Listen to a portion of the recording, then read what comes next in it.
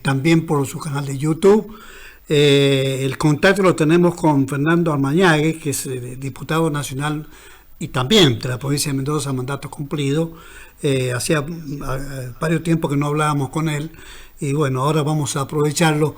Buen día, diputado Castro Pinoza, lo saluda. ¿Cómo le va? Bien, muchísimo gusto de estar en contacto con las amigas y amigos de San Juan.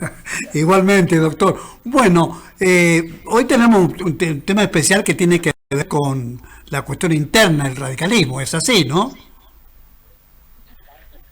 Sí, la cuestión interna del radicalismo de Mendoza. De Mendoza, claro. En tal sentido, como seguramente la audiencia lo debe saber y si no lo informo ahora, nosotros tenemos una posición absolutamente discrepante con las autoridades de la conducción partidaria de la Unión Cívica Radical de Mendoza, por cuanto han desviado el ideario de la Unión Cívica Radical y han hecho una alianza nada menos que con la Libertad Avanza, partido en el cual nosotros estamos totalmente en las antípodas en el día y la noche con relación al partido del gobierno nacional.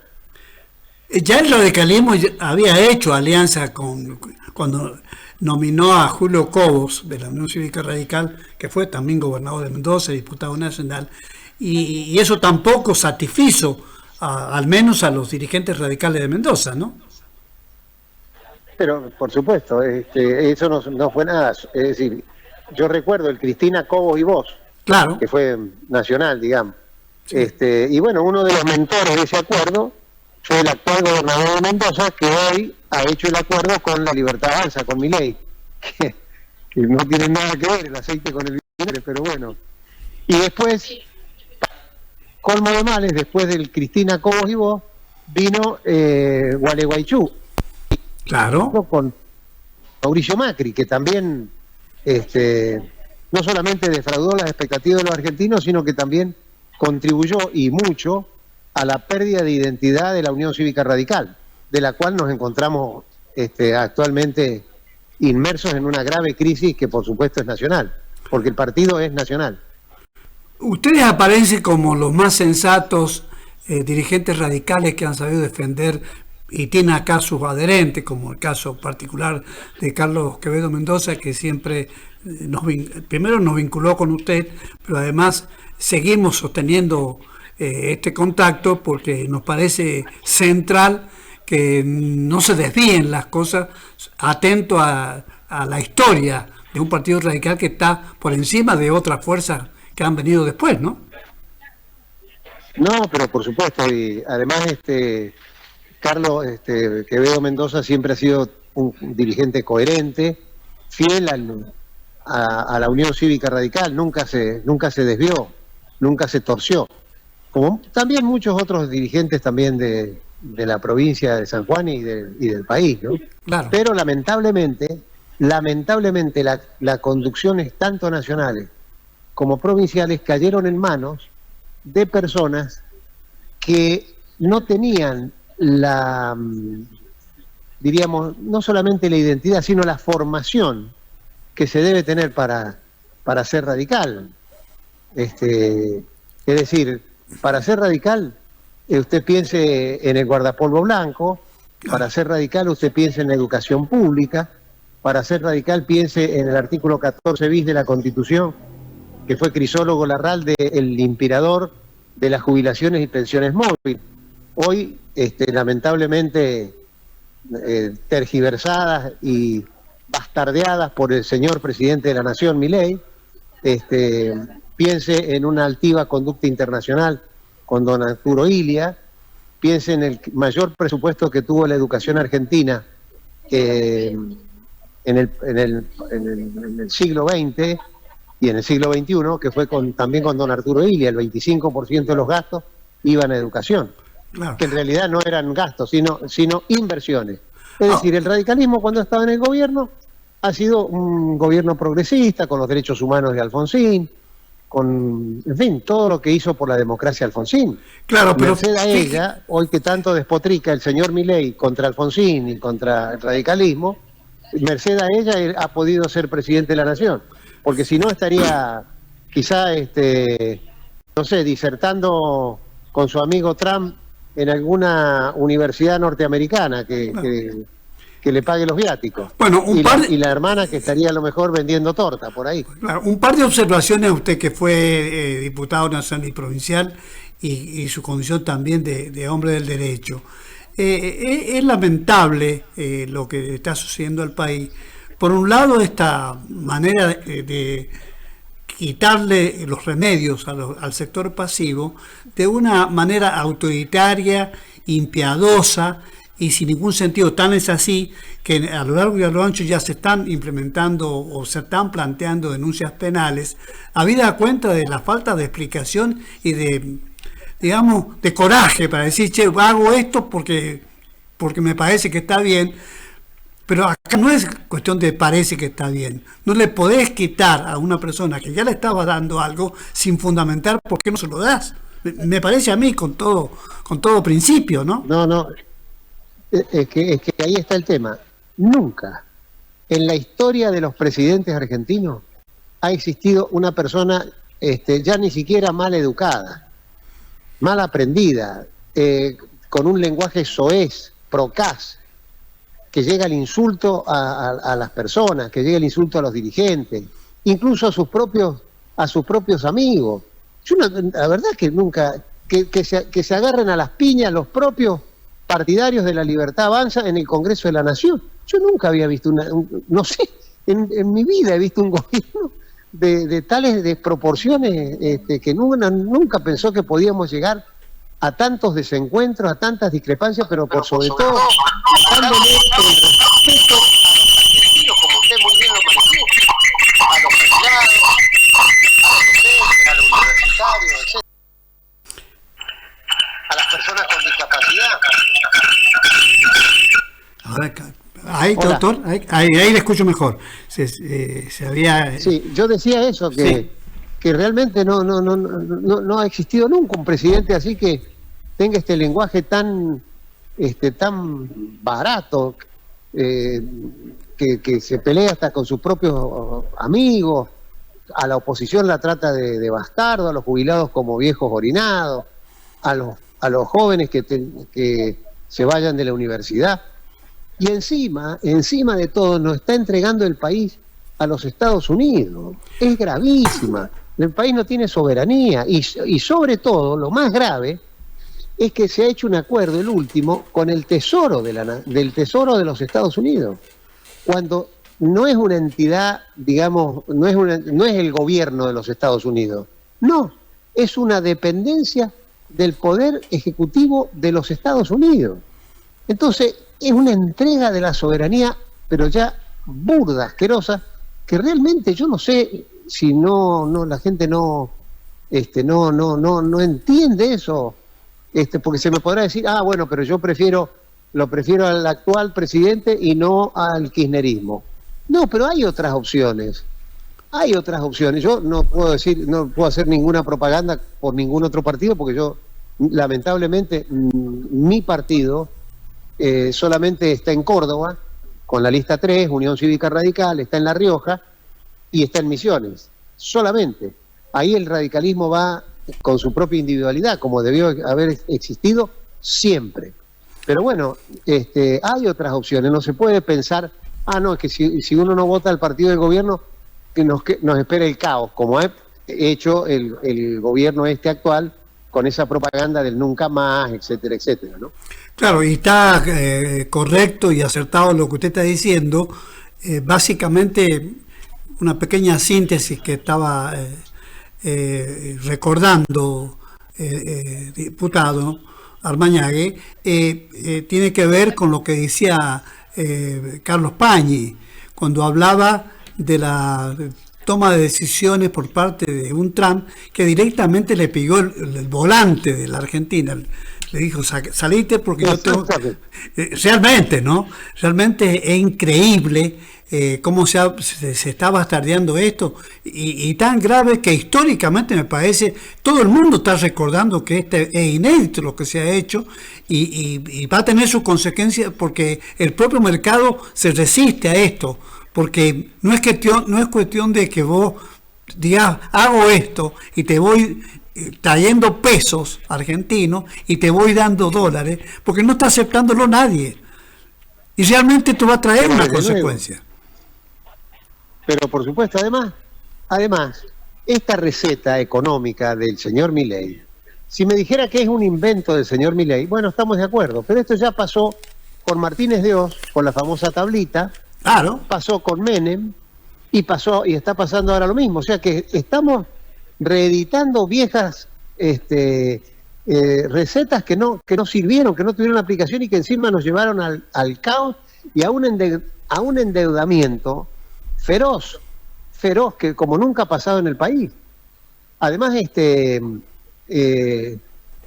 la amenaza que ha hecho Trump, encima que dice, yo te presto la plata, pero si ganás. Si perdés, entonces hasta acá llegamos. No voy a hacer, diciendo, después te suelto la mano. Pero mire, yo la verdad, mire, le juro por Dios, yo tengo 76 años en mi vida, desde que tengo uso de razón, que fue a partir del año 66, cuando cayó don Arturo Humberto Ilia. Es decir, no tengo uso de razón antes, pero yo recuerdo haberle llevado unos chivos a don Arturo Ilia a la casa de su hermano, porque no tenía casa, porque le había vendido a la Casa de Cruz del Eje para pagarle los gastos a su mujer que se estaba operando en los Estados Unidos. Entonces mi papá era muy amigo del hermano de don Arturo Ilia, Ricardo Ilia, que fue secretario de la presidencia. Entonces yo le llevé unos chivos a Martínez, a la localidad de Martínez, en la provincia de Buenos Aires. Yo tenía 16 años. Y yo creo que mi padre lo hizo a propósito, porque cuando llegué a Martínez y personal del ejército argentino estaban ahí en la estación del ferrocarril, a 3 cuadras de la casa de Ricardo Ilia, y vino un sargento. Voy a contar esta anécdota porque vale la pena. Está muy lindo. Vino un sargento, y yo tenía 16 años, un niño, llevaba los chivos ahí que habían llegado apelmazados. En ese tiempo nosotros vivíamos en San Francisco, el Monte de Oro, provincia de San Luis. Claro. Al norte de San Luis, cerca de San Juan. Uh-huh. Y entonces sale un sargento, no sé quién, un teniente, no sé qué. Me dice, ¿qué llevas ahí, pendejo de porquería, por no decir otra palabra? Y entonces le digo, mire, llevo unos chivos para el hermano del señor presidente. Y me abrió la caja de los chivos. Les juro por Dios que ahí, por mis propias convicciones, me hice radical, pero digo, algún día las vas a pagar. No las pagó él, la pagó su institución cuando se juzgó a las juntas militares por los desbordes que habían hecho con las libertades y con los derechos humanos. Y la pagaron. ¿Pero se quedaron con los chivitos? No, los chivos siguieron. Yo me quedaba con los chivos. Claro. A mí me tenían que matar para sacarme los chivos. No, yo me los llevé a cuestas, así nomás, con lo que podía los llevé nomás. Ahora, me atendió don Arturo Ilia, me atendió en la puerta don Arturo Ilia. Y me dice, ¿cómo le va, amigo? Pues tenía una voz nasal, Ilia, tenía una voz, una voz así muy, muy especial. ¿Cómo le va, amigo? Así una cosa como medio cubano, así, ¿no? Ajá. No era cubano, era bien argentino, pero tenía esa voz un poco nasal. Entonces dice, ¿cómo es su apellido, amigo? Le digo Armañague, que mi papá ha sido muy amigo de su hermano. Sí, Armañague, de Italó. Nosotros vivíamos, antes de ir a San Francisco, vivíamos en Italó, provincia de Córdoba. Claro. Sí, hemos ido al hotel de su papá. Claro, iban con Sabatini, con Elpidio González, con Del Castillo, con Páez Molina. ¡Qué memoria! Un pueblo de 1.200 habitantes tenía Italó. Y se acordaba del apellido mío. Una cosa que eso es propio de los políticos de raza. Claro. Eso, porque el otro día, no sé si será verdad o no, pero Milei se confundió con una militante de él, que no sé si llevaba un revólver, no sé qué llevaba, y le dijo kirchnerista, no sé qué, y era militante de Milei, pues ni lo conocía, ni sabía quién era. Por eso le digo que en la política hay que, lamentablemente hay que tener ¿cómo puedo decir? Para llegar a ser presidente, hay que tener un cursus honorum. Es decir, primero habrá que ser... Todos arrancamos de chico de concejal, de diputado provincial, diputado nacional. Todos hemos hecho una carrera política. Pero claro, este chico se encontró con una presidencia y no tiene idea de dónde está parado. Yo creo que no sabe dónde está parado. Y lamentablemente el error no lo va a pagar él, lo vamos a pagar todos nosotros. Ahora, Fernando, acuérdese quién fue el Pidio, el vicepresidente de la Nación. Cuéntele a la audiencia. ¿Cómo? El Pidio González. Cuente quién fue un vicepresidente radical. El Pidio González fue muy amigo de Irigoyen. Exacto. El Pidio González fue muy amigo de Irigoyen.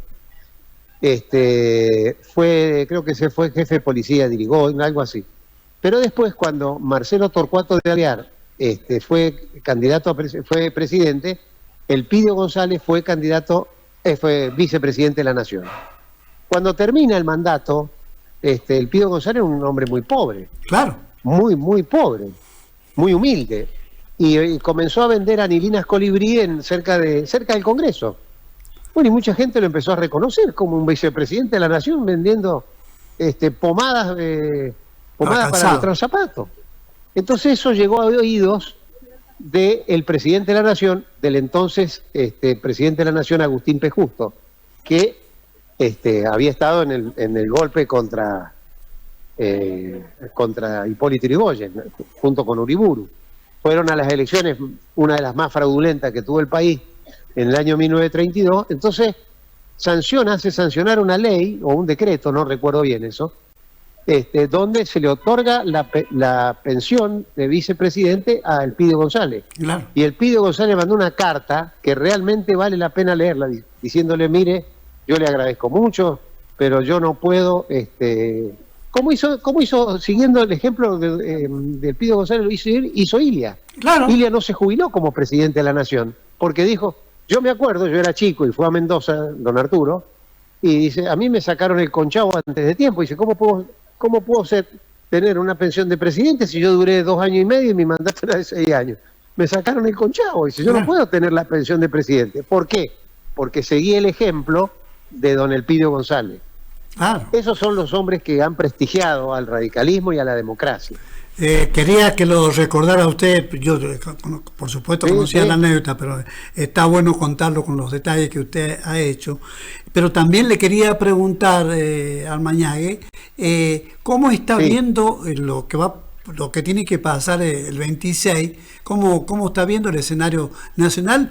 Capaz que en Mendoza hasta gane el actual presidente, ¿no?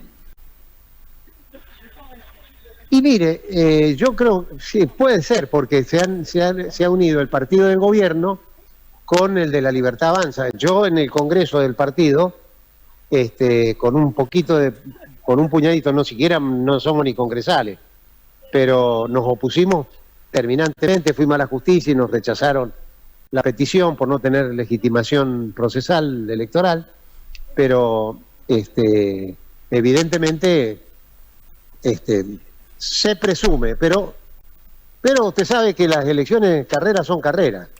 Claro. Pero a mí lo que yo le juro por Dios que no puedo entender que el radicalismo de la provincia de Mendoza, un radicalismo popular porque nació con Lencinas prácticamente, con José Néstor y Carlos Washington Lencinas,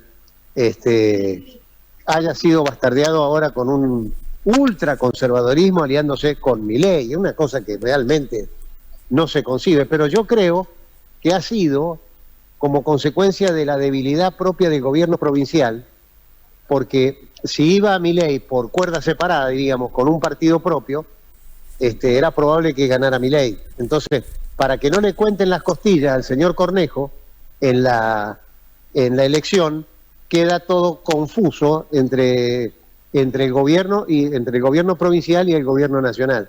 Como si Milei no lo hubiese tratado tan bien a la provincia de Mendoza. Nos ha tratado pésimo, pésimo, pésimo. No le da lo que le corresponde, bueno, como a todas las provincias. Y bueno, y ahí está, es la mentalidad del dependiente, digamos, del sumiso, del obsecuente. Y ahí están las consecuencias. ¿Cómo queda ¿Qué va a hacer? Pobre partido.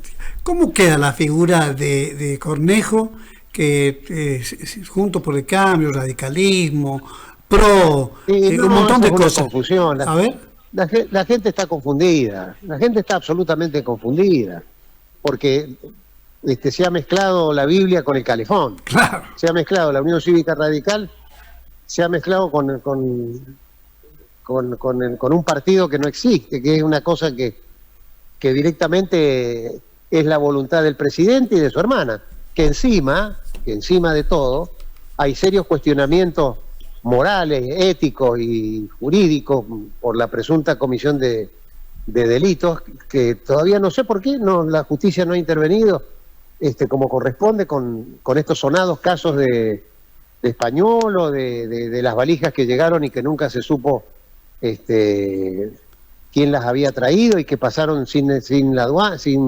por la aduana, y otros casos de corrupción que son bastante graves, pero no conozco que el propio gobierno haya hecho su propia investigación, porque un gobierno que puede estar cuestionado, sospechado, se honraría si realiza su propia investigación y castiga a sus propios funcionarios. No, al contrario, la señora Milei, la hermana del presidente, se ha negado ya sistemáticamente en 3 oportunidades a ir al Congreso a declarar ante la comisión investigadora. Es una vergüenza, no, es una vergüenza, pero es una cosa que realmente... ¿Será que la corrupción no tiene incidencia entonces en el calendario electoral? Claro. Parece que la corrupción es solamente la economía, y economía que si me dijera que estamos muy bien, porque dicen, bueno, pero es que se bajó la inflación. No es verdad, porque ya la inflación ha aumentado, porque con este famoso índice, ahora ya es del 2%, la inflación, fue de septiembre, y de agosto y de septiembre, fue del 2% mensual, pero si usted va en el acumulado, es bastante grande la inflación que hay. claro. Lo que pasa es que muy bien diseñada y publicitada por el gobierno, ha hecho esto, pero los precios siguen aumentando. Claro, los precios siguen aumentando y los salarios están congelados. Entonces, ¿cómo es esto? Y además, con el tipo de cambio bajo. Es decir, que se permiten las importaciones y el país no exporta. Entonces, hoy en día tenemos despidos que se están produciendo en este gobierno solamente de Milei, más de 250.000 despidos privados, claro que no sí. públicos, privados. 250.000 obreros en la calle. Doctor Fernando Mañague, muchísimas gracias por este contacto con nosotros y por supuesto siempre... No, al contrario, muchísimo gusto. Igualmente. Bueno, Bueno, un gran abrazo. Igualmente, doctor. Bueno, ahí estaba Fernando Mañague diciendo lo suyo, básicamente importante todo esto, ¿no? Que tiene que ver con un comportamiento político por parte de la Unión Cívica Radical que ha tirado por trizas todas aquellas cosas que tienen que ver con la institucionalidad, bueno, y con los planteos propios de un país que necesita siempre vivir en democracia, pero claro, sacando toda esta parva de actuaciones que nada tienen que ver con la realidad democrática y con las instituciones. Así que